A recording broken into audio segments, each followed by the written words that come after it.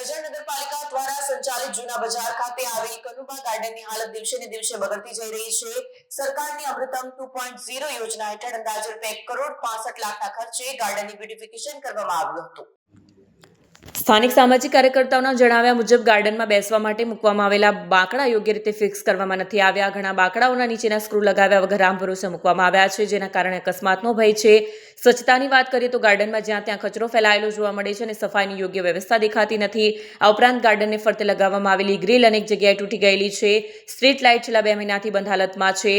સામાજિક કાર્યકર્તાઓ દ્વારા કરજણ નગરપાલિકાને વારંવાર રજૂઆત કરવામાં છતાં કોઈ અસરકારક પગલાં નથી લેવામાં આવ્યા।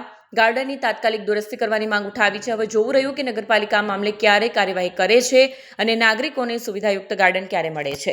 વિડીયો જર્નાલિસ્ટ નિમેશ ચૌહાણ સાથે સત્યા ટીવી ન્યૂઝ કરજણ।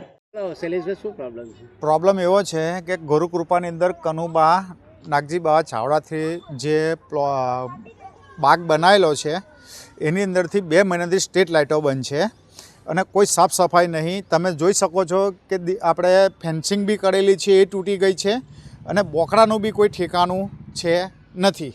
અત્યારે આ જિમ્મેદારી કોની છે? 1 કરોડ 65 લાખ રૂપિયામાં આ ગ્રાન્ટ મંજૂર થયેલી છે। હવે 1 કરોડ 65 લાખ રૂપિયાની અંદર મને દેખાતા નથી। મિલી ભગતથી આ બધું ખવાઈ ગયું છે।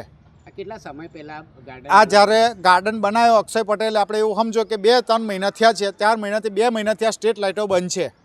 બીજું શું બોકડાનું શું પ્રોબ્લેમ? બોકડા જ્યારે આ ભાઈએ જે કોન્ટ્રાક્ટરે બોકડા મૂક્યા છે એની અંદર હલકી ગુણવત્તાના બોકડા મૂક્યા છે અને એની અંદર આ ફિટિંગ થયા નથી અને જ્યાં ફાવે ત્યાં તૂટી ગયા છે। અને તમે જોયું જ છે કે સાફ સફાઈ અને ગંદકી કેટલી છે બાગમાં। હવે નાના નાના ભૂલકાઓ અને આ વોર્ડના મારા 4 નંબર વોર્ડના લેડીઝો સવારે 5:30 યોગા કરવા આવે છે તો લાઇટો ના હોય તો ક્યાં થશે? શું થશે? આ જિમ્મેદારી કોણ લેશે? નગરપાલિકા લેશે?